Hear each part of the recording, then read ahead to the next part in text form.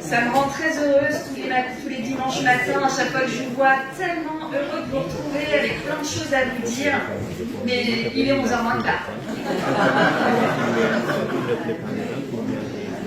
Est-ce que notre équipe technique est prête?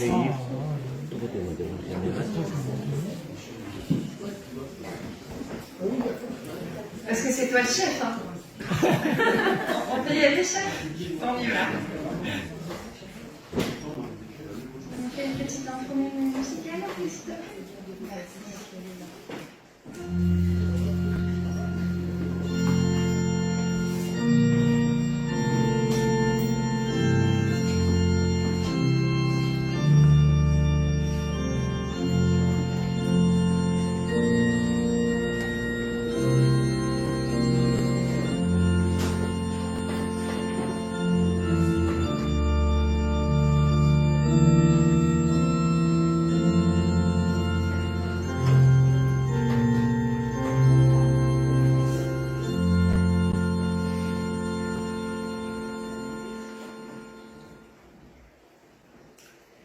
Oui, quelle joie de vous retrouver, chers amis, ce matin pour ce culte pas comme les autres. Un culte de fin d'année qui sent bon les rires, partager les merci du fond du cœur. Et un culte un peu spécial aussi, parce que nous avons l'honneur d'avoir Monsieur Brice Rabast, maire de Chelles. Bienvenue à vous, merci. Merci pour votre ouverture, votre curiosité à venir découvrir un culte protestant. Donc c'est un peu son baptême dans le protestantisme ce matin.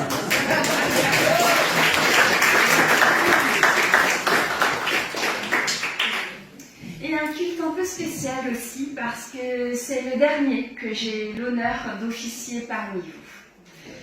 Mais aujourd'hui, pas de nostalgie, on va faire la fête. Tout d'abord, une très bonne fête à tous les papas. Et puis, on va remercier Dieu pour sa fidélité, pour sa grâce, sa présence à chaque instant.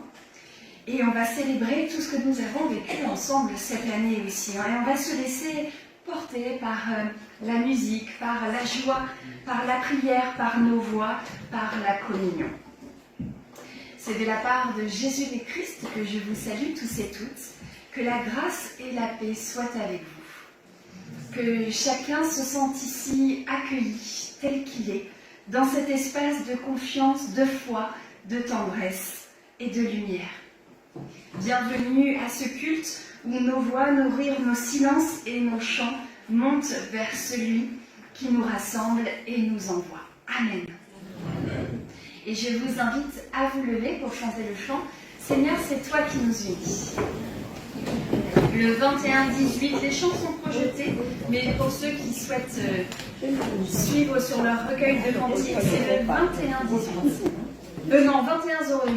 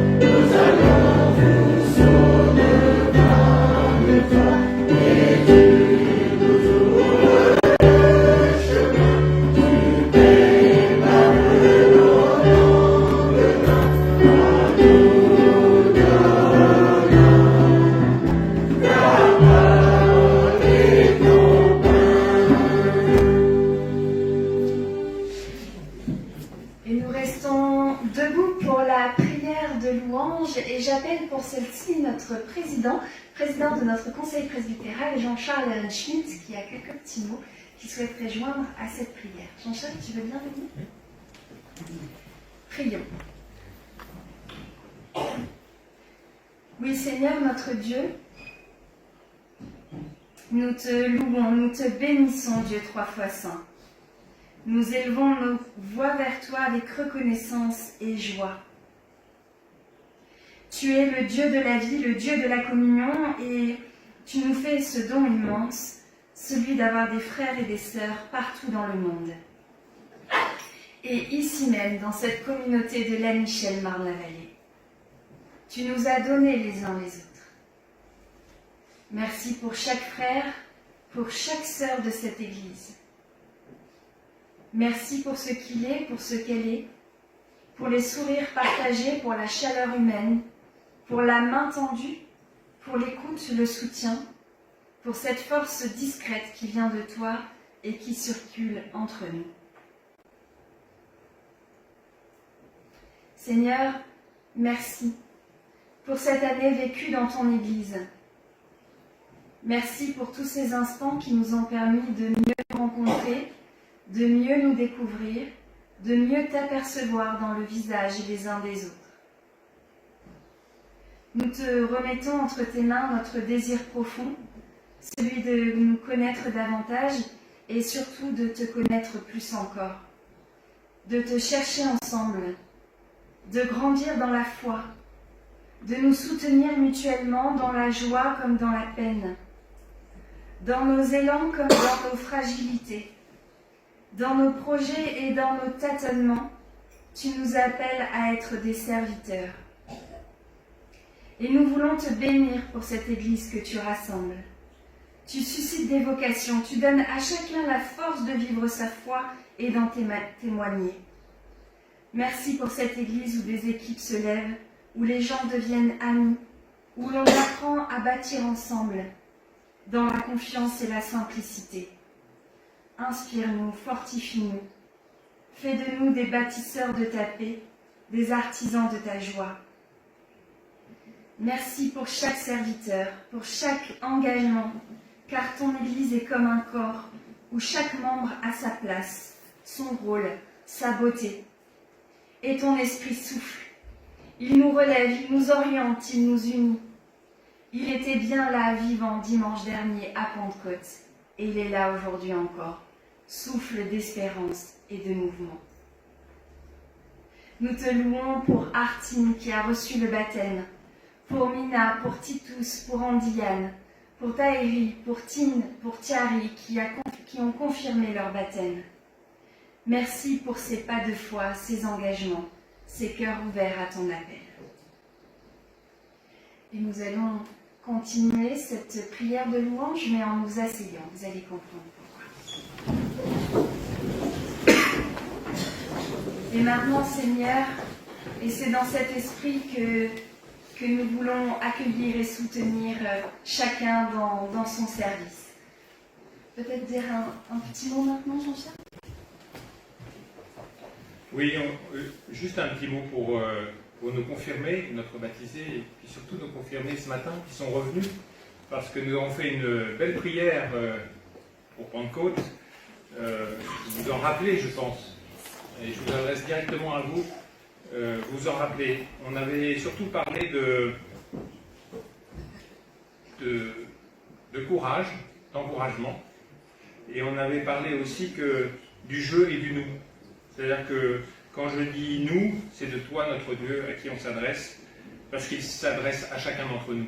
Et que ce mélange entre le je et le nous fait que, finalement, Dieu voit la multitude, mais voit aussi chacun d'entre nous, et voit chacun et chacune d'entre nous. Et ça, c'est très important. Et qu'il n'est pas venu pour nous réprimander, ni nous condamner, ni nous dire ce qu'on nous pardonnait spécialement. Il est venu nous encourager, c'est-à-dire il est venu nous sauver. Et ça, je crois que c'est très important. Et ça, il n'est pas venu aussi pour nous dire nos manques. C'est aussi important dans votre vie de savoir ça. Que Dieu est à vos côtés.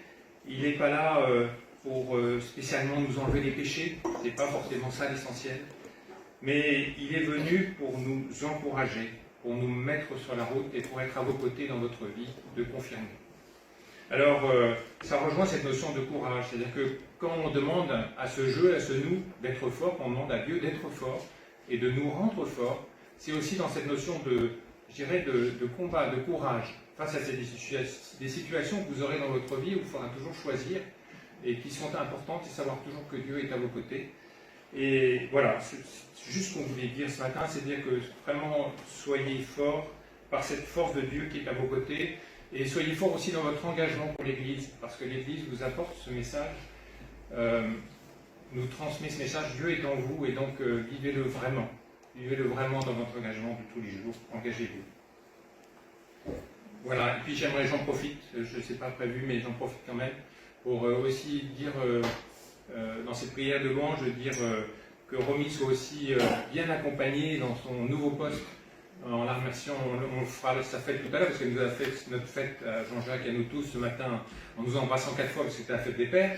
Mais en tout cas, voilà, simplement dans cette prière de louange, vraiment la porter aussi pour son prochain poste, pour toute l'énergie qu'elle nous a donnée, mais aussi qu'elle va donner à d'autres.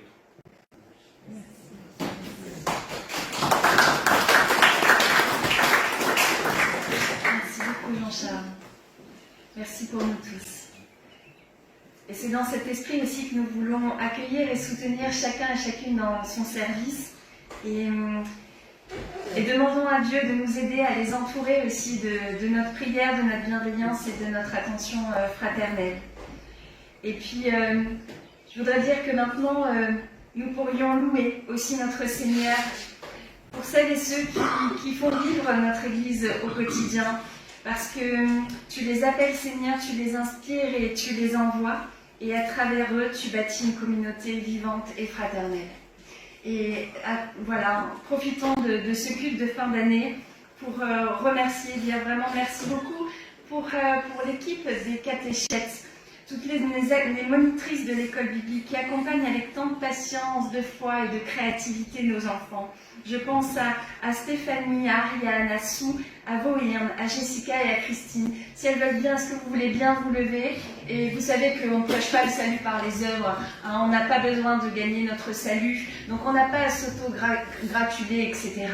Mais en tout cas, on peut les applaudir, ne serait-ce que pour les encourager.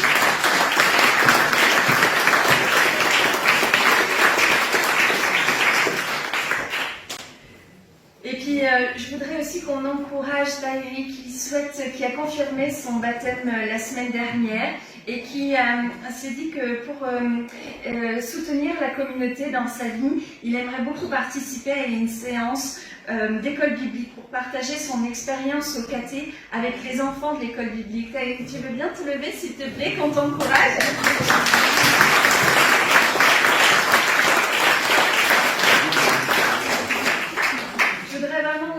Qu'on reconnaisse tout le travail qu'a fait Sandrine auprès des catés, des groupes de jeunes, qu'on lui dise vraiment un grand merci parce que le lien qu'elle a eu avec les parents, toutes les infos qu'elle a communiquées,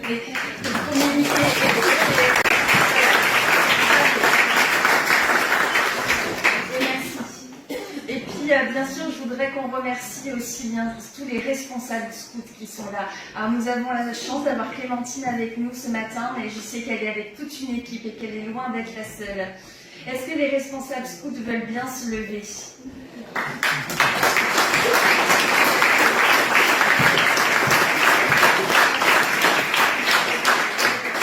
Je pense aussi beaucoup à Pierre et à Artoun qui sont pas là ce matin. Peut-être qu'eux aussi ont dû sortir hier soir. Alors moi, ils sont nombreux à se coucher à 5 heures. En tout cas, merci pour toutes les lumières que vous semez, toute la lumière que vous semez dans les cœurs de nos jeunes. Merci beaucoup pour l'équipe de prédicateurs qui lisent, qui prient, qui assurent une présence fidèle chaque dimanche. Par leur voix et leur cœur, ils portent la prière à tous et nous transmettent la parole. Alors, un grand merci à René, Harry, Bernard, Sylvain et Jean-Charles.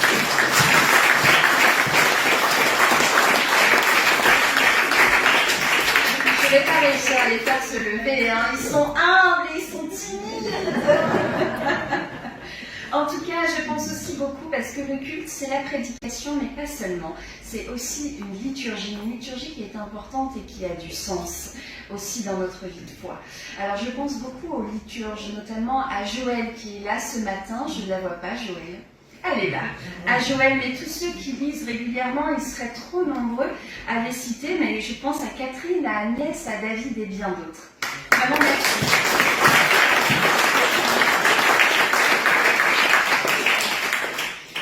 Je voudrais, s'il vous plaît, par conclure avec vous, Thierry et Titus, qui ont confirmé leur baptême dimanche dernier et qui se proposent pour lire régulièrement au culte. Vous voulez bien vous lever? Et qu'on vous envoie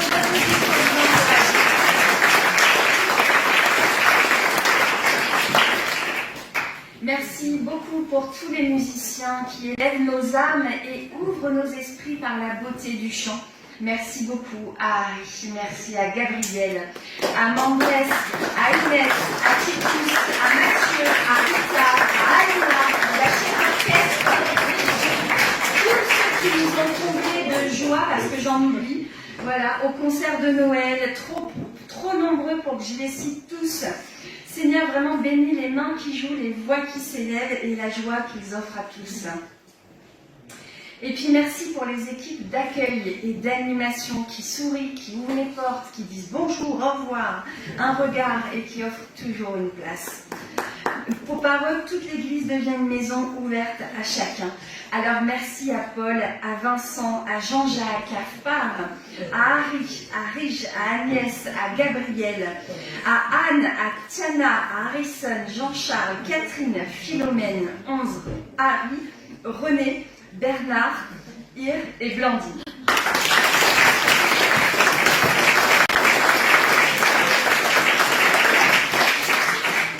J'ai trouvé génial Titus qui a dit mais c'est vrai, je pourrais l'accompagner mon papa quand il met la mise en place à Noisiel. Bravo Titus.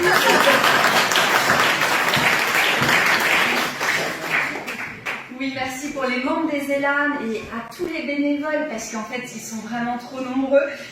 Pour les verres de l'amitié après le culte, les repas, les fêtes, le marché Noël, pour celles et ceux qui pensent toujours aux détails concrets qui rendent tout possible.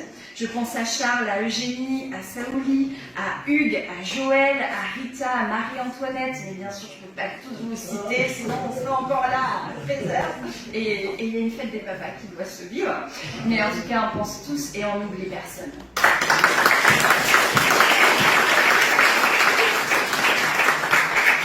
Merci pour l'équipe technique, toujours dans l'ombre, mais toujours au service de tous, qui tissent le lien même à distance. Pensons à, remercions et encourageons 11, Ir, Touk, Philippe et Harry qui nous rejoignent dans l'équipe.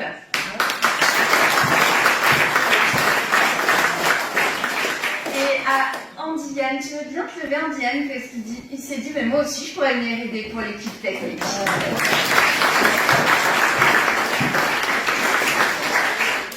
Et merci pour l'équipe communication, ceux qui relaient tout ce que nous devons savoir, tout ce qui va se vivre ou tout ce que nous avons manqué. Vous savez que le journal a été est paru hier soir. Voilà. Donc grâce à vous, personne n'est vraiment perdu. Vous êtes vraiment les fils invisibles qui tissent la mémoire vivante de notre communauté. Alors un grand merci à Aïna, à Touk, à Vohirn, à Agnès et Françoise.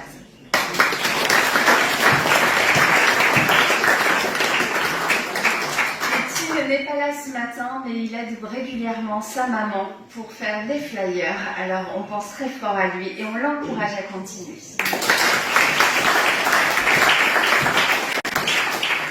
Merci aussi à tous ceux qui participent aux liens interreligieux et œcuméniques, pour les engagements solidaires, pour les liens avec la ville, avec les autres églises et avec les plus fragiles. Je pense notamment au CCF, donc en encourageant Jacques, Agnès, Aïna et Rige, et tous ces bénévoles et tous ces salariés. Mais aussi, nous avons un représentant et le maire élu de la mairie de Chelles ce matin Monsieur Brice Rabast, et puis je pense également à l'ACAT. Donc bien sûr, nous pensons à toute l'équipe qui nous a fait l'honneur de nous partager et de nous présenter sa mission.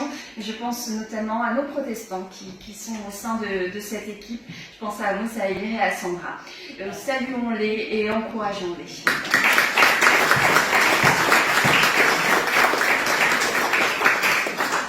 Et puis merci pour le conseil presbytéral je pense à Jean-Charles, Jean-Jacques, Catherine, Touc, Rivaux, Voyen, Marceline, Vincent, à Christina, à Ina, à Alexis et à Hans. Ces hommes et ces femmes qui prennent soin de l'Église dans la prière, dans les décisions et dans le souci pastoral. Merci pour leur écoute, leur persévérance et leur vision.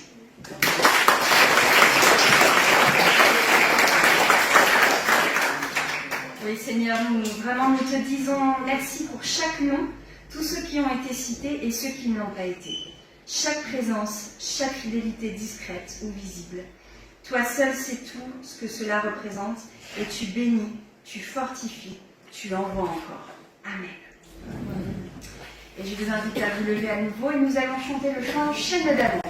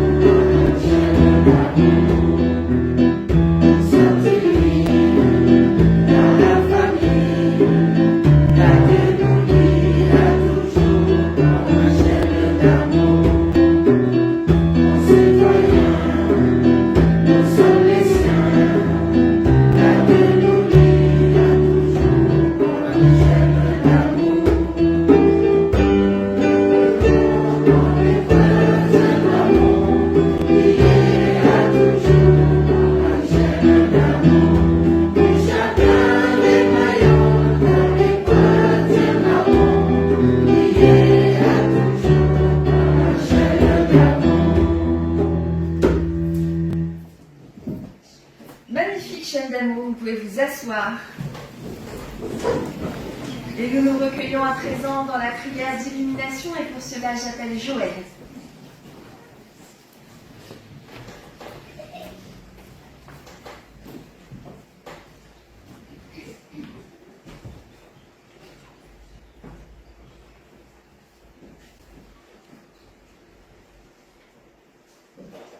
Avant de nous mettre à l'écoute de la parole, faisons silence en nous quelques instants.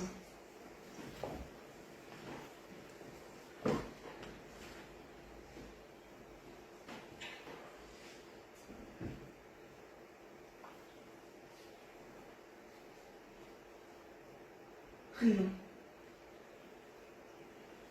Seigneur, ouvre nos oreilles et notre intelligence pour comprendre les Écritures que nous allons lire. Ouvre aussi notre cœur afin que ta parole nous nourrisse corps et âme et qu'elle éclaire notre vie. Amen. Dans le premier texte, nous lisons dans Ésaïe, chapitre 61, versets 1 à 3. Le Seigneur Dieu me remplit de son esprit, car il m'a consacré et m'a donné pour mission d'apporter aux pauvres une bonne nouvelle et de prendre soin des désespérés, de proclamer aux déportés qu'ils seront libres désormais et de dire aux prisonniers que leurs chaînes vont tomber, d'annoncer l'année où le Seigneur montrera sa faveur à son peuple, le jour où notre Dieu prendra sa revanche sur ses ennemis, d'apporter un réconfort à ceux qui sont en deuil. Ils portent le deuil de Sion, mais j'ai mission de remplacer les marques de leur tristesse par autant de marques de joie. La cendre sur leur tête par un splendide turban, leur mine douloureuse par une huile parfumée, leur air pitoyable par un habit de fête.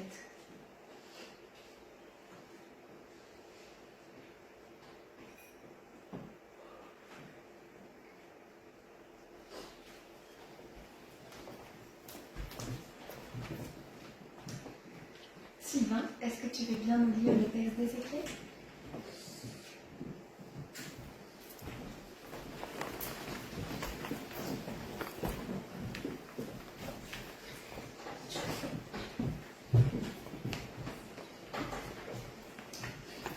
Nous lisons dans le livre d'Ézéchiel, au chapitre 36, les versets 22 à 28.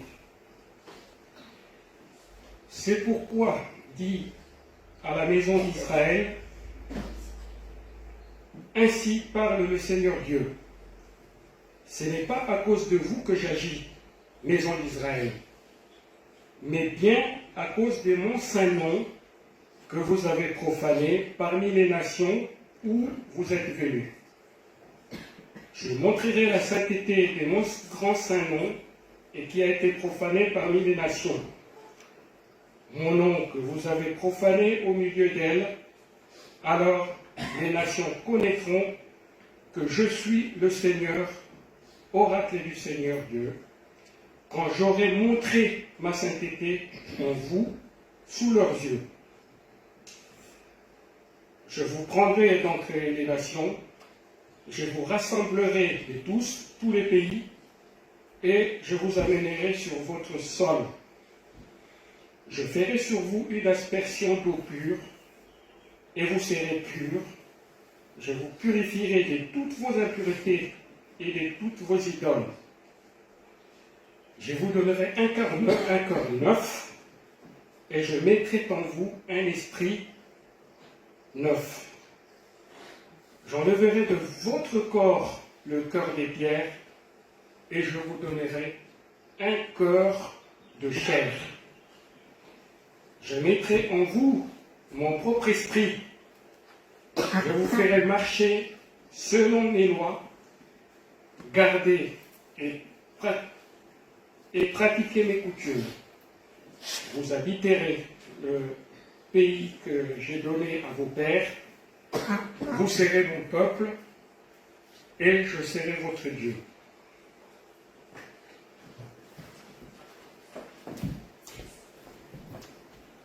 Titus, est-ce que tu veux bien nous lire l'Épître aux Romains ?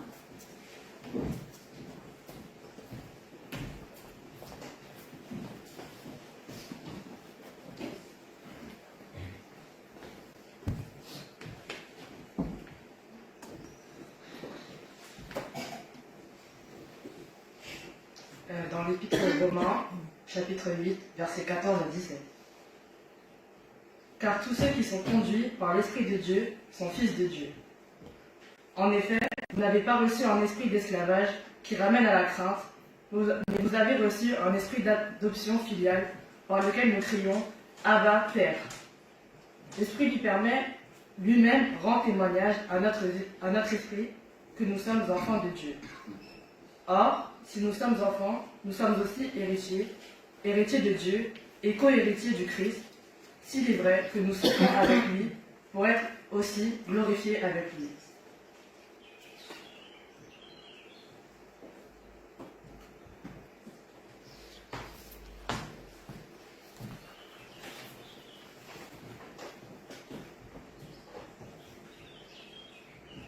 Évangile de Jean, chapitre 14, versets 15 à 20. Si vous m'aimez, gardez mes commandements, et moi je prierai le Père, et il vous donnera un autre consolateur, afin qu'il demeure éternellement avec vous. C'est l'Esprit de vérité. Le monde ne peut le recevoir parce qu'il ne peut ni le voir, ni le connaître. Mais vous le connaissez, parce qu'il demeure avec vous, et qu'il sera toujours en vous. Je ne vous laisserai pas orphelins. Je reviendrai auprès de vous.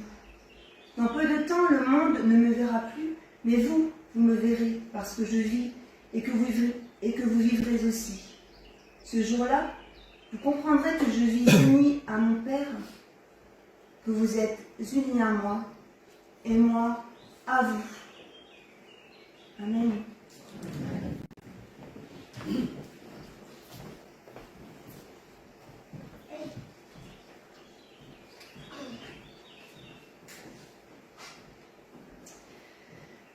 Les enfants, est-ce que vous vous rappelez que dimanche dernier, on a fait la fête? C'était la fête de quoi? Est-ce qu'il y a quelqu'un qui s'en souvient?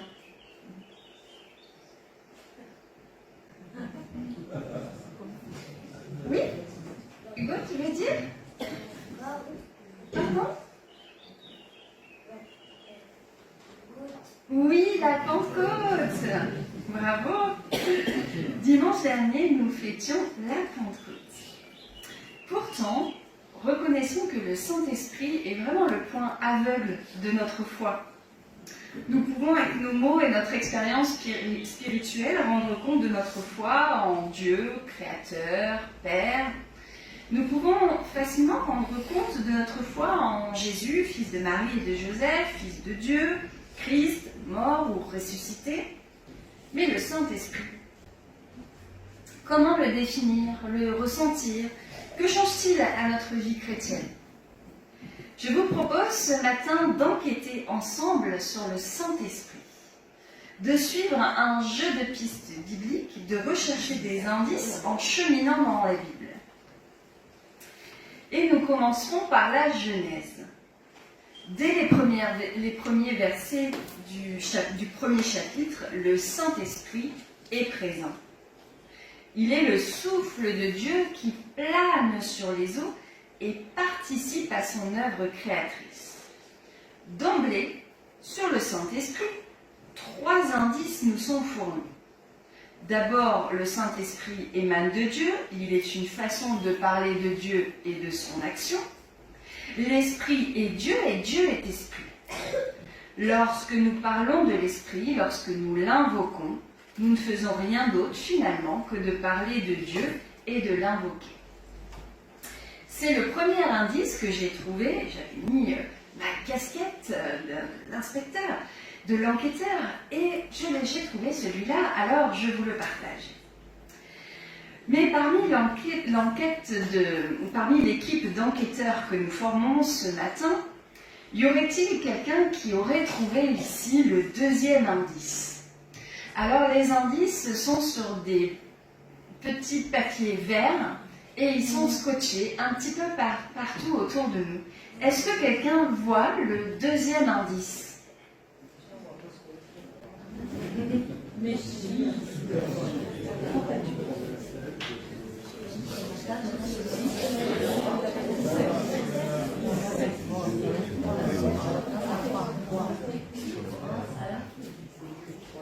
Ah, parfait, on a trouvé le deuxième indice. Tu veux bien nous le donner?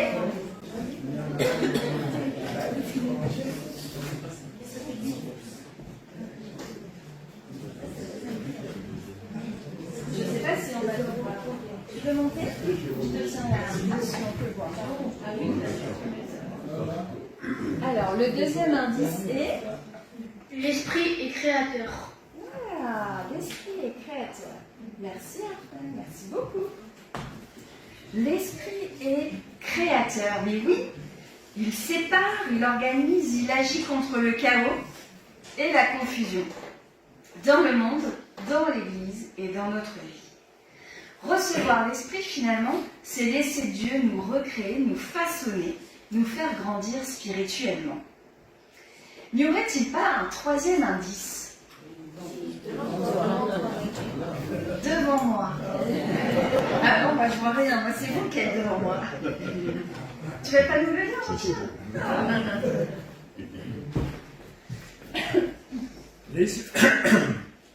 L'esprit est semblable à un souffle. Waouh, super, super indice. L'esprit est semblable au souffle, au vent. Comme le dira Jésus, il souffle où il veut et nul ne peut savoir d'où il vient. Ainsi, l'Esprit de Dieu ne se définit pas. Il se reçoit et cette réception de l'Esprit est de l'ordre de l'expérience personnelle. À certains moments de notre vie, vous avez peut-être ressenti la proximité de Dieu. Vous en avez alors éprouvé une grande joie. L'Esprit soufflait sur vous.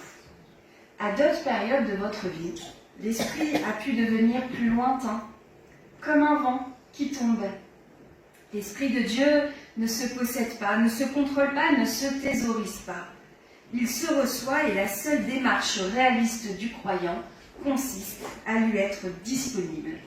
Comme le marin dresse ses voiles et les rend accueillantes au vent qui souffle. Après la Genèse, les prophètes. L'Esprit de Dieu inspire les prophètes et des prophétesses, Gédéon, Samuel, Déborah. Par l'Esprit, Dieu les appelle à son service. Il les envoie auprès de son peuple, au service de son peuple, souvent en situation de détresse, et il les envoie pour libérer Israël de ses ennemis. Il les envoie pour rappeler au peuple sa volonté et son exigence. Ainsi, l'Esprit est souvent lié à la vocation, à l'ardente obligation de parler au nom de Dieu. Et aujourd'hui encore, par son Esprit, Dieu suscite des vocations. Ces vocations sont variées. Certains sont pasteurs, mais d'autres sont catéchètes, conseillers, organistes, prédicateurs. Nous avons vu toute la richesse de notre Église tout à l'heure. Beaucoup vivront leur vocation aussi dans le cadre professionnel, familial. Certains auront un ministère permanent, d'autres n'auront qu'une parole à transmettre ou un geste à accomplir, là, dans l'instant. Mais tous agiront parce que Dieu le leur a demandé. Tous mettront leur capacité au service d'autrui. Tous se sentiront incapables à remplir leur mission, mais tous sentiront une force en eux leur permettant de la mener à bien. Et ça, c'est le 4e indice. Venons-en à 2 grands prophètes d'Israël, Ésaïe et Ézéchiel. L'Esprit donne un contenu à leur vocation. Inspirés, les prophètes annonceront un message de liberté et de recréation. Un message de liberté car Dieu est fidèle et n'abandonne pas son peuple. Un message de création car le peuple se tournera vers Dieu et Dieu agira au plus secret de leur personne. Il agira en eux, il changera leur cœur de pierre en un cœur de chair. Avons-nous lu tout à l'heure, là, ce matin, dans le texte. Il les recréera spirituellement. Ce peuple mort, desséché spirituellement, semblable à des eaux blanchies par le soleil, retrouvera des nerfs, de la chair, de la vie. Nous dénichons là 3 indices supplémentaires. Est-ce que quelqu'un aurait trouvé le 5e? Attention les enquêteurs. Le 5e, Juliette? Est-ce que tu veux bien nous le lire?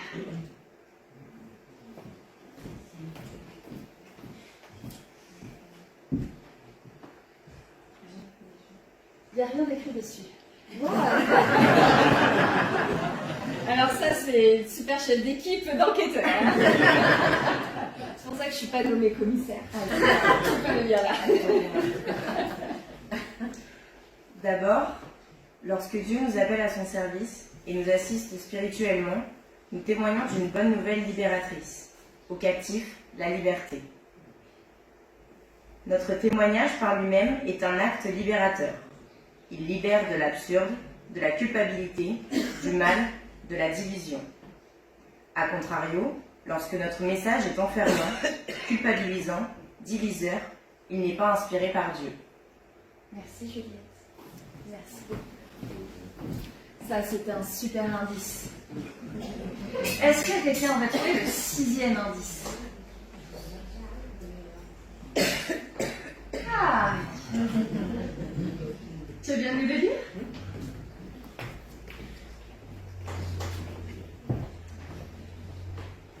L'Esprit nous recrée spirituellement comme il l'a fait pour Israël. Merci. Et oui, la croissance spirituelle est hors de portée de notre volonté, de nos efforts. Par notre bonne volonté, nous pouvons être des citoyens aimables, moraux. Par notre travail, nous pouvons devenir de bons connaisseurs de la Bible et de la théologie chrétienne. Par notre libre arbitre, nous pouvons décider d'être protestants, d'aller au culte, très bien, d'envoyer nos enfants à l'école biblique, très bien, au scout, très bien, etc., etc. Venir à l'étude biblique, super. Mais la croissance spirituelle est le fruit de l'esprit, de son travail qui agit en nous. Et pour reprendre une expression de notre réformateur Jean Calvin, l'esprit besogne en nous. Il nous façonne et nous permet de vivre à certains moments, au moins selon l'Évangile. Paul, l'apôtre, nous aidera à préciser en quoi consiste cette vie nouvelle. Et c'est le 6e indice. Les jeunes, est-ce que vous voulez vous mettre à la recherche du 6e indice dans le temple? 7e, pardon, 7e indice. Ah, je fais très mauvaise chef l'équipe des enquêteurs. Monsieur le maire, vous voulez vous mettre à la recherche? Allez, je vais là. C'était assez facile. Je veux bien, s'il vous plaît. Je suis pas un très bon enquêteur non plus. Alors, nous peinons à témoigner. Merci. Mais vous êtes pas mal en prise de parole. Vous exercez ça, non? Comment rendre compte de ce qui nous fait vivre de façon intelligible et si possible intelligente? Nous pouvons utilement débattre, lire, nous former. Nous avons aussi besoin de l'assistance de l'Esprit. Il a inspiré les prophètes et il conduira aussi notre témoignage. Venons-en maintenant au Nouveau Testament. Dans les évangiles selon Matthieu et Luc, l'Esprit participe à la conception de Jésus. Fils de Marie et de Joseph, Jésus est aussi conçu par le Saint-Esprit. Au-delà des questions finalement secondaires de virginité ou de miracle, ces récits nous signalent que Jésus est rempli du Saint-Esprit. Ainsi, l'ensemble de ses actes, de ses gestes, de ses paroles, de sa vie est inspiré par Dieu, à tel point que Jésus est la parole de Dieu. Ainsi, Jésus est fils de Dieu parce qu'il est inspiré par Dieu, et non parce qu'il serait miraculeusement né. De même, en nous tournant vers Dieu, en le laissant agir, nous pouvons devenir, à notre mesure, enfants de Dieu. Mais poursuivons notre itinéraire biblique. Si l'Esprit est présent à la naissance de Jésus, il ne tient qu'une place mineure dans les évangiles. Il est présent au baptême de Jésus, lors de sa tentation au désert, et puis finalement c'est à peu près tout. L'Esprit est présent sur un mode mineur, car en Jésus, par Jésus, Dieu agit directement. Et dans l'évangile selon Jean, Jésus promet aux disciples l'envoi de l'Esprit, alors qu'il sait son arrestation imminente. De fait, le jour de la Pentecôte, l'Esprit et Hugo nous a dit, dimanche dernier, on a fêté quoi? Pentecôte. L'Esprit est reçu par tous ceux qui sont rassemblés.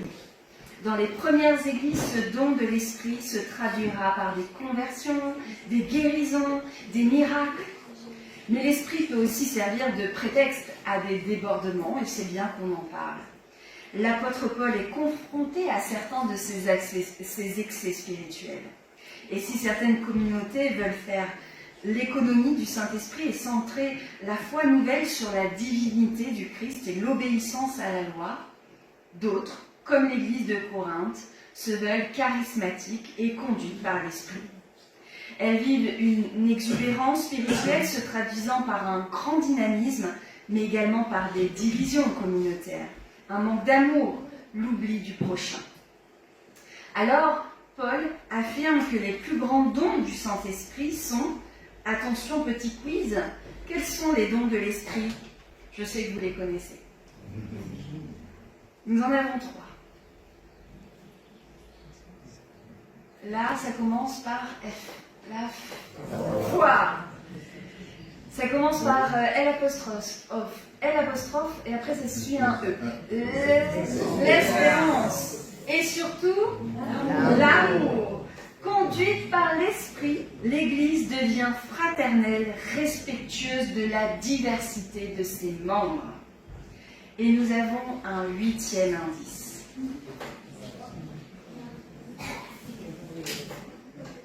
Gabriel, tu veux venir me le dire? Oui, c'est Paul qui m'a montré ça.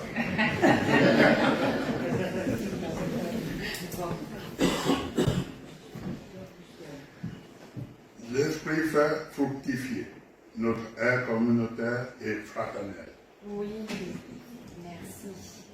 Merci beaucoup, Gabriel. L'esprit fait fructifier notre vie communautaire et fraternelle. En tant qu'Église, nous recevons une puissance spirituelle. Cette puissance nous permet de témoigner avec force, mais sans intolérance, de mobiliser nos capacités personnelles tout en restant en communion avec les autres. L'Esprit préserve ainsi l'Église de 2 écueils. Le conformisme mou, d'une Église spirituellement endormie, engourdie, et le dogmatisme intolérant de communautés dynamiques, mais plutôt sectaires. Et en tant qu'individu, cette vie dans l'esprit produit également des fruits. Lorsque l'esprit travaille en nous, parce que l'esprit travaille en nous, nous devenons capables de pardonner, de pacifier, de nous donner sans nous renier. Dans cette première lettre aux Corinthiens, Paul hiérarchise les dons spirituels en plaçant sur le podium la foi, l'espérance et l'amour, en donnant la médaille d'or à l'amour. Ailleurs, il décline ainsi cet amour: paix, patience, bonté, bienveillance, foi, douceur, maîtrise de soi. Pour conclure, je mettrai l'accent sur 4 facettes de cette vie nouvelle inspirée. D'abord, nous comprenons intimement la Bible. Le jour de la Pentecôte, chacun reçoit l'Esprit et entend l'autre s'exprimer dans sa langue maternelle. Il s'agit de sa langue conceptuelle, maternelle, presque intime du terme. L'Écriture parle à notre cœur et elle entre en résonance avec notre personne. C'est ce que les réformateurs ont appelé le témoignage intérieur du Saint-Esprit. Ainsi, l'Écriture et l'Esprit se fécondent mutuellement. Si je lis la Bible sans l'aide de Dieu, j'y comprendrai rien. Pourquoi 4 évangiles, on nous rappelle 4 fois les mêmes choses? Est-ce que vous avez déjà ouvert votre Bible et vu un passage d'une extrême violence, une histoire de vol, de viol, de trahison? Oui. Bon. Ou de loi? Et oui, si je lis la Bible sans l'Esprit, ça peut devenir un code de loi et je deviens fondamentaliste. Ou un ensemble de vieux récits sans impact réel sur mon existence. Sans esprit, selon Calvin, la Bible est une chose morte. Réciproquement, si j'invoque l'Esprit, si je prie, sans lire ma Bible, alors ma foi peut dériver en un délire mystique. L'Esprit donne également vie à notre prière. Il arrive à notre prière d'être sèche et nous ne sommes pas forcément responsables. Par contre, nous sommes responsables de la façon dont nous réagissons, en prenant acte ou en demandant à Dieu son esprit. J'évoque très rapidement maintenant la prière de guérison. Le ministère de Jésus est marqué par de nombreuses guérisons. Dans les derniers entretiens de Jésus avec les disciples, avant la croix, Jésus d'ailleurs promet: en vérité, je vous le dis, celui qui croit en moi fera lui aussi les œuvres que je fais. De fait, dans les actes, les disciples font, avec l'assistance de l'Esprit, les mêmes miracles que Jésus. Aujourd'hui, mes amis, nous sommes moins à l'aise vis-à-vis de ces promesses de guérison.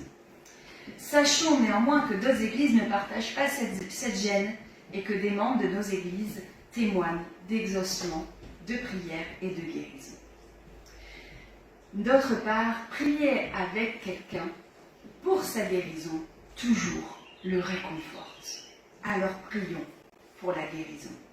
Dans la prière, oui, l'autre reçoit la force d'affronter sa maladie, sa souffrance ou son handicap. Mes sœurs, mes frères, au terme de cette enquête biblique que nous avons ardemment menée ensemble, Au terme de cette prédication, elle était déjà bien longue, et au terme aussi de ce chemin partagé entre nous, je voudrais vous laisser avec ce que l'Esprit nous donne de plus précieux, une espérance vivante. Tout au long de la Bible, l'Esprit de Dieu agit. Il plane sur les eaux du chaos au commencement. Il souffle sur les eaux desséchées pour relever à la vie. Il inspire les prophètes, remplit de force les artisans, donne à Jésus son onction et fait naître l'Église. Il console, il renouvelle, il envoie. Voilà tout ce que nous avons vu pendant notre itinéraire. Mais aujourd'hui encore, aujourd'hui dans ce monde troublé, l'Esprit agit. Il n'est pas un vestige du passé. Il est la force du présent et l'ouverture sur l'avenir. Il nous apprend à lire notre époque sans naïveté, à discerner les temps. Oui, les crises se succèdent, écologiques, politiques, sociales, spirituelles. Et nous savons que c'est loin d'être fini. Mais l'Esprit nous rend lucides sans nous rendre cyniques, vigilants sans nous rendre craintifs, engagés sans nous épuiser. Car il est l'Esprit de vérité, de vie, de paix, de combat, de feu et de douceur. Alors je vous le dis, à la magnifique communauté que vous formez ici, qu'elle est précieuse, qu'elle a reçu une vocation, un appel, que l'Esprit continue de vous guider pour continuer à grandir aussi spirituellement, à rayonner de cette fraternité joyeuse et exigeante qui vous habite. Soyez cette Église en mouvement, cette Église en chemin, cette Église qui avance ensemble. Malgré les défis, malgré les deuils, les incertitudes, soyez cette Église qui écoute l'Esprit, qui se laisse transformer, qui devient une source d'eau vive pour celles et ceux qui ont soif. Et vous, nos jeunes, vous êtes là et vous êtes porteurs d'un monde nouveau.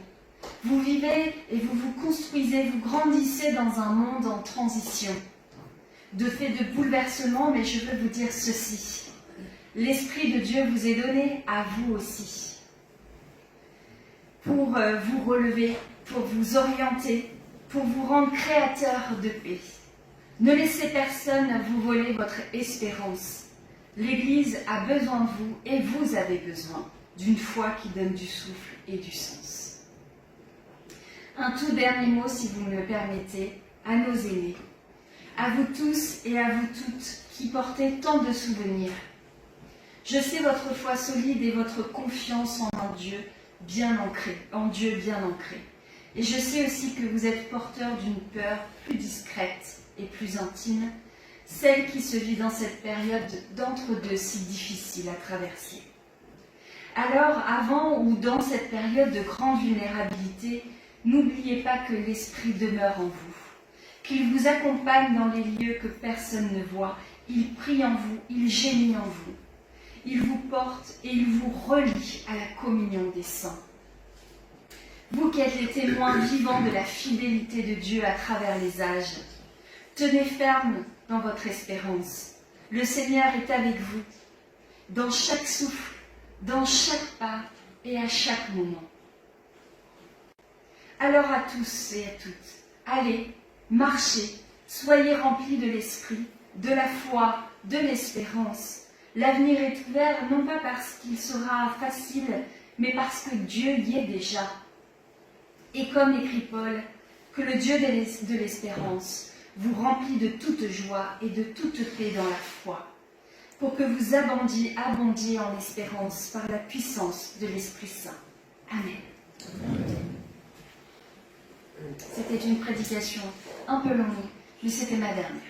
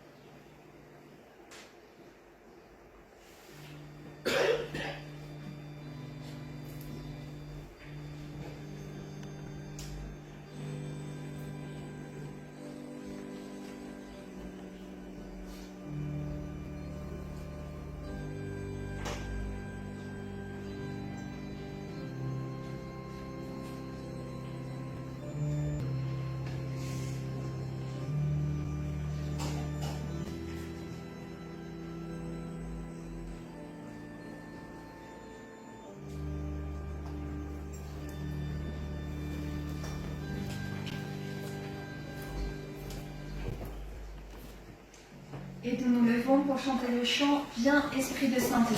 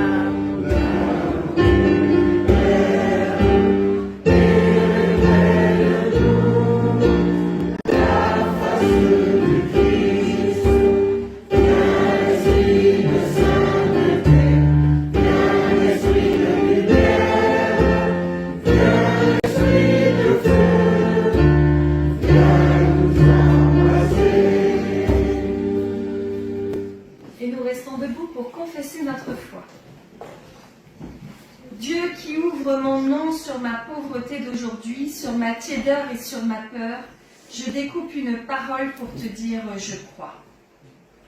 Je crois que tu es la source et l'origine de toutes choses. En toi, la vie prend la couleur d'une naissance. C'est pourquoi je peux t'appeler Père. Je crois qu'en Jésus, le Fils de ta tendresse, tu donnes à chaque être son visage d'humanité. C'est pourquoi toute rencontre a sa promesse. Je crois que l'Esprit délie les cœurs et passe entre nous sur les ailes de l'amour. C'est pourquoi nos pas sont plus légers.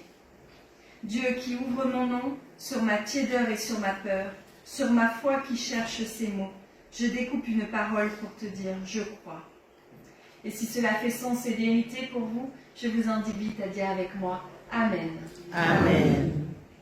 Et nous chantons le chant « Je crois et j'espère ».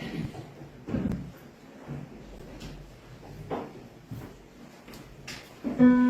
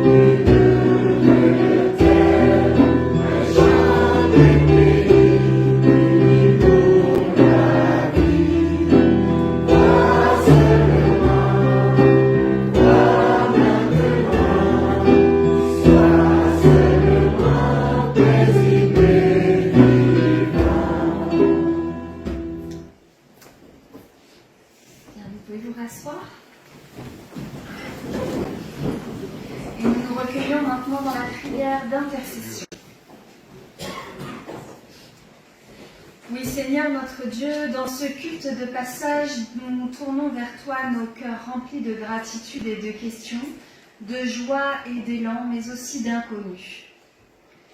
Tu es le Dieu de notre histoire, celui qui nous accompagne dans le changement, dans les fins et dans les commencements. Seigneur, aujourd'hui nous te prions pour ton Église, merci pour tout ce que nous avons vécu ensemble et nous te confions ce qui s'ouvre maintenant.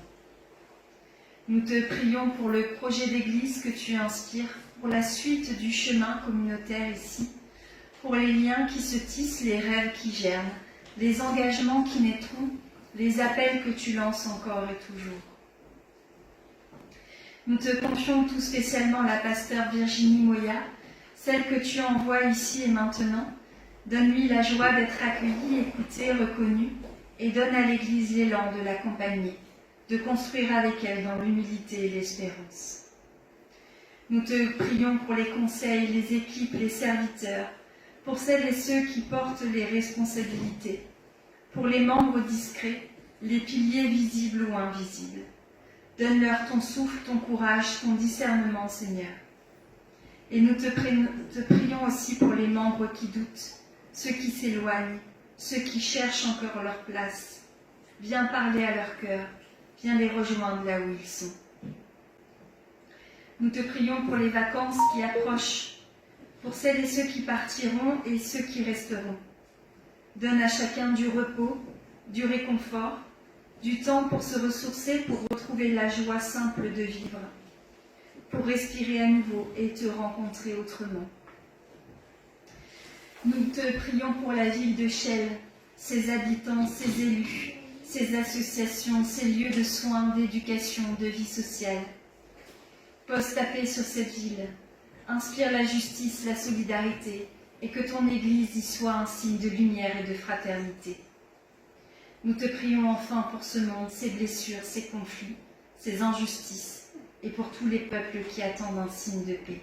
Viens Seigneur, viens encore et toujours. Amen. Amen. Et la prière qui nous rassemble en ce jour de fête pour notre Église est aussi celle qui nous invite à communier au repas du Seigneur pour faire mémoire de la mort et de la résurrection du Christ Jésus.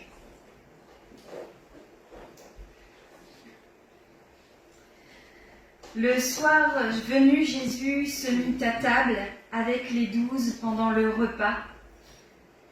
Il prit du pain et après avoir rendu grâce, il le rompit en disant « Prenez, mangez, ceci est mon corps. » Ayant aussi pris la coupe et rendu grâce, il la leur donna en disant « Buvez-en tous, car ceci est mon sang, le sang de l'alliance qui est répandu pour la multitude, pour le pardon des péchés. Je vous le dis désormais, je ne boirai plus de ce fruit de la vigne jusqu'au jour où je le boirai à nouveau, avec vous, dans le royaume de mon Père. » Prions. Père, au moment de nous approcher de cette table, nous faisons mémoire des paroles et des gestes de Jésus-Christ, de sa mort, de sa résurrection, et nous attendons son retour. Nous recevons de toi ce pain de vie destiné à la nourriture du monde.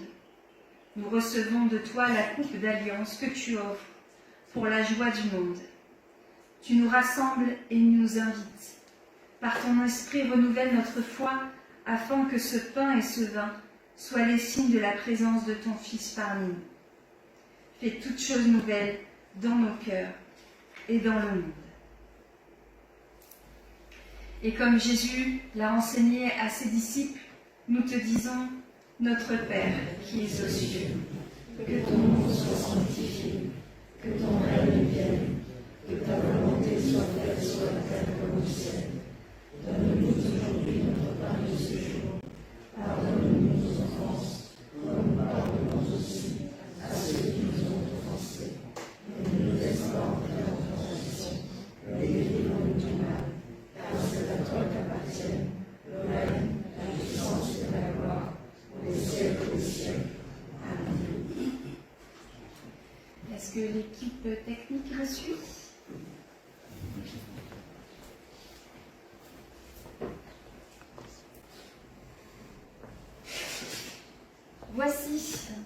le repas que nos mains ont préparé, mais c'est le Seigneur qui nous invite.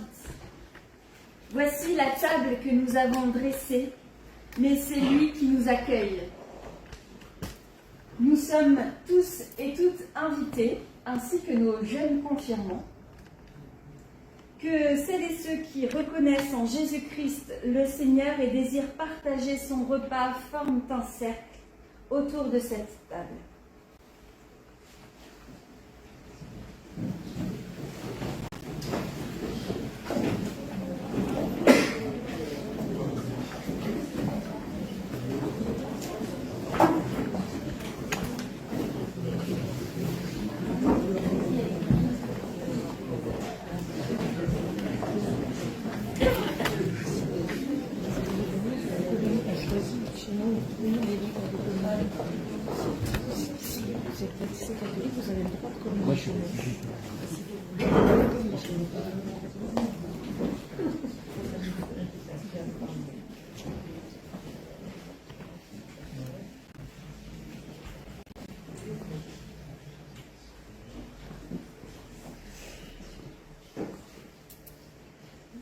Le pain que nous partageons et communions au cœur du Christ.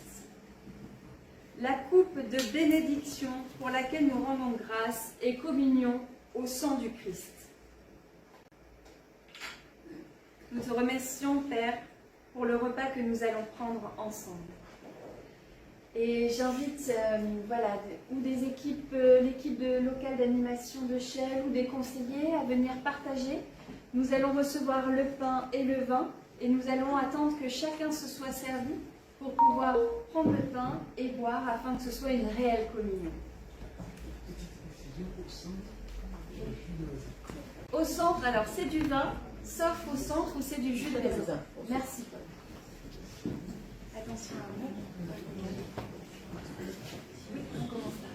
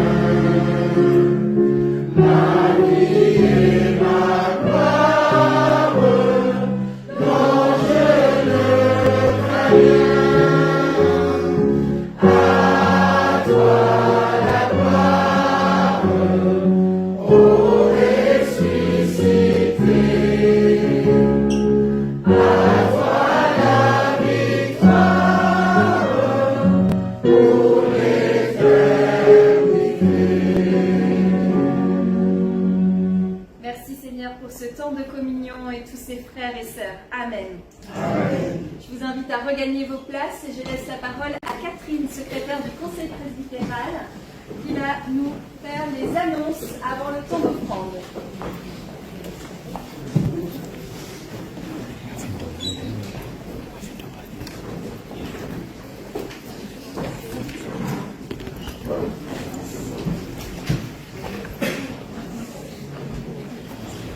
Bonjour tous ceux que je n'ai pas pu saluer maintenant.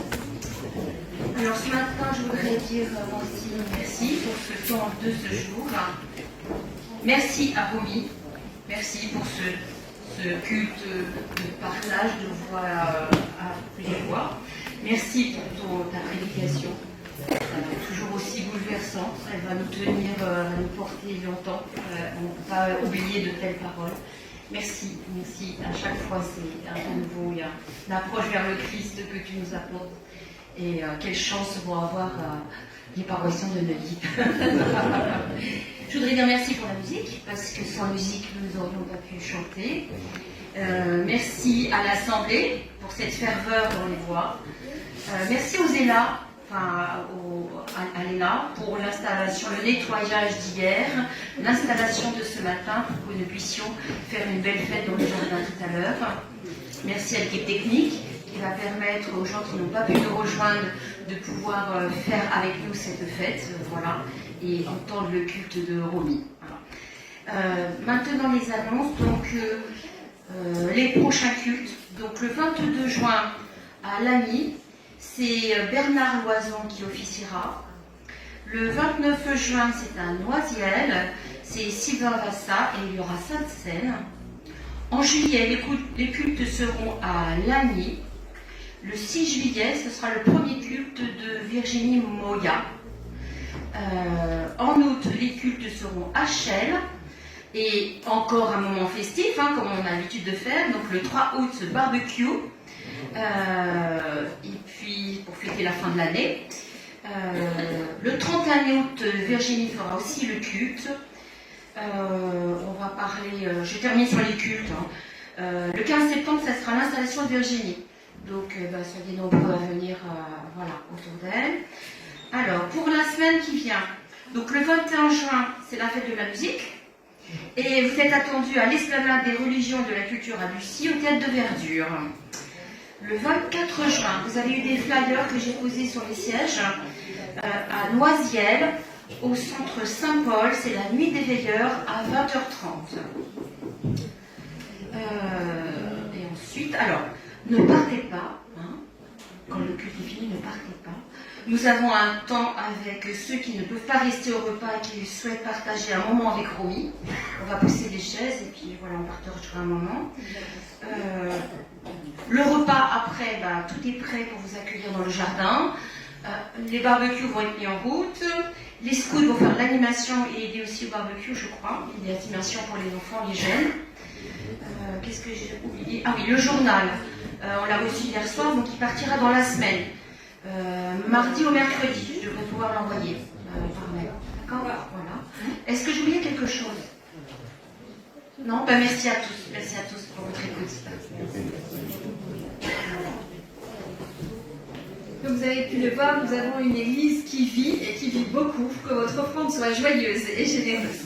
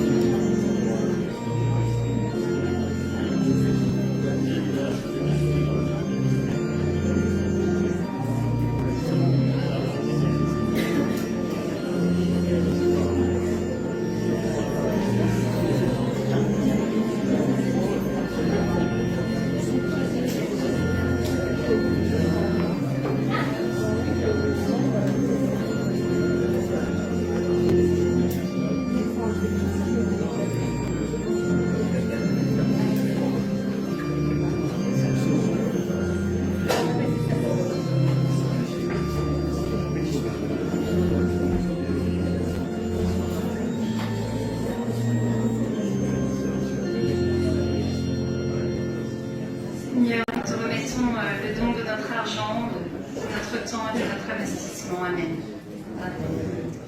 Je vous invite à vous lever pour la parole d'envoi et de bénédiction. Et après celle-ci, j'ai pas compris, on pousse les chaises, je sais. Je sais pas. En tout cas, ceux qui ont besoin de... Voilà, je tiens quand même à vous saluer avant que vous partiez, surtout. Frères et sœurs, que la paix du Christ vous accompagne dans tout ce qui s'ouvre maintenant, dans ce que vous quittez, dans ce que vous commencez, dans ce que vous portez encore en silence, dans ce que vous espérez.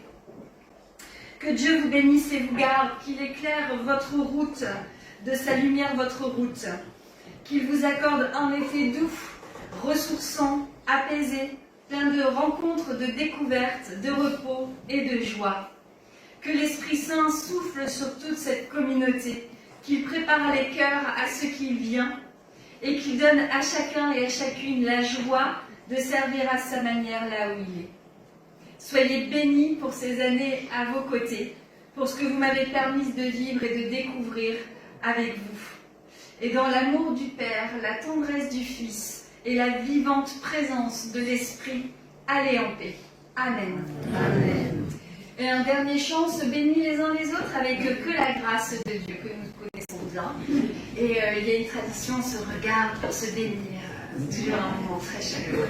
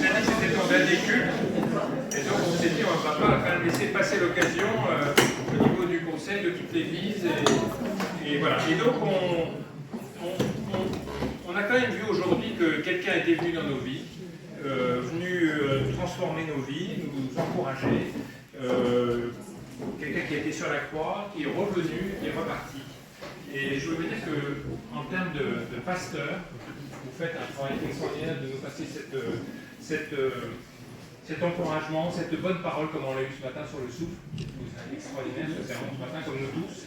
Et voilà, et je voulais te dire, Romy, au nom de tous, merci pour ce... Parce que dans nos vies, on a, comme tu dis, on a toujours des moments hauts et des bas, mais tu nous as apporté vraiment dans cette paroisse un vrai frisson, un souffle de vie. Et on voulait te remercier chaleureusement pour ça. Et là, on n'est pas en culte, on voulait vraiment t'applaudir et te remercier chaleureusement.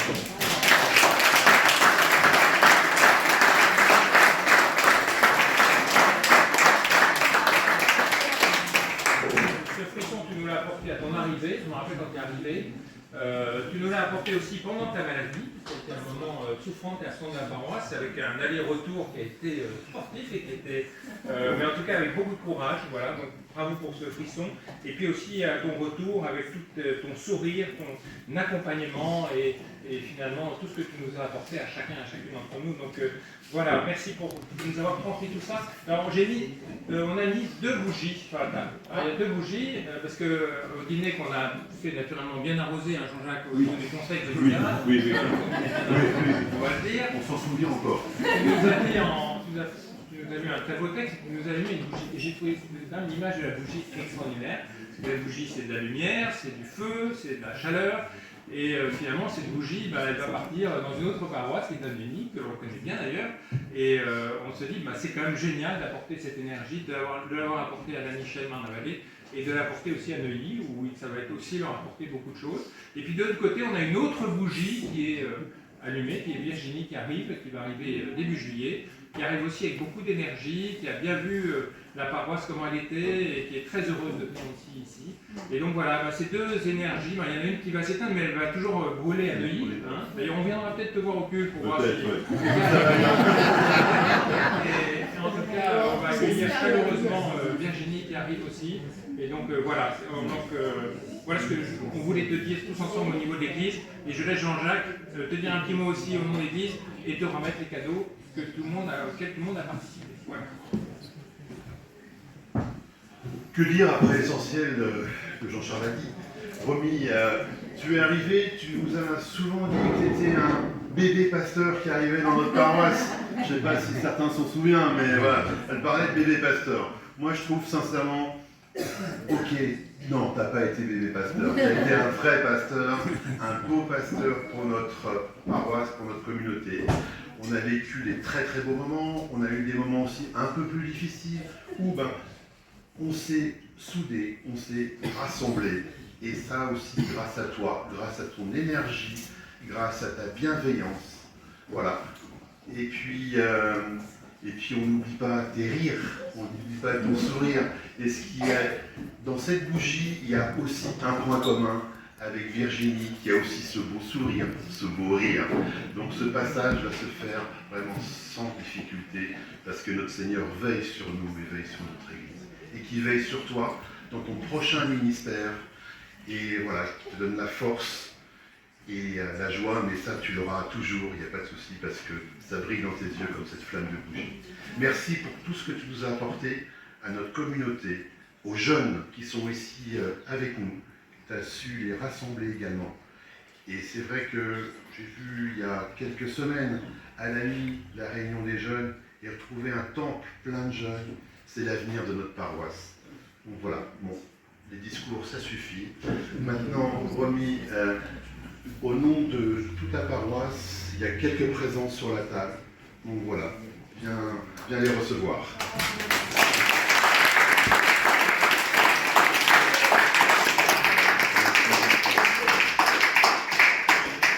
On voulait aussi saluer à distance Tiffaine. Oui. Et puis ton gardien... Non, mais Tiffany et Damien sont là. Ah Il y a bien Tiffaine. Super. Merci, je ne m'attendais pas du tout à ça. Alors, après la dernière réunion du conseil presbytéral, j'ai pas mal pleuré pendant les heures qui ont suivi, parce que je prenais conscience à quel point c'était la fin. Mais après, je me suis dit, non, il ne tient qu'à nous que ce soit qu'un au revoir et un adieu. Donc, effectivement, comme ça a été dit, vous êtes les bienvenus. Et j'entends que je suis toujours la bienvenue aussi. Donc, faisons en sorte que ce ne soit qu'un au revoir et tout simplement. Voilà, et puis c'est tout. Et oui, je disais ça, bébé pasteur, parce qu'à la fac, on nous dit qu'il faut 10 à 15 ans pour devenir pasteur. Vous savez, à la fac, on nous accompagne à devenir des théologiens, puis après, hop, on est mis dans le gros bain et débrouille-toi, et on apprend sur le tas. Et il y a eu des fois où j'ai oublié la prière du Notre. C'est des photos, c'est filmé. Sur mes cours. Ouais, puisque c'est filmé.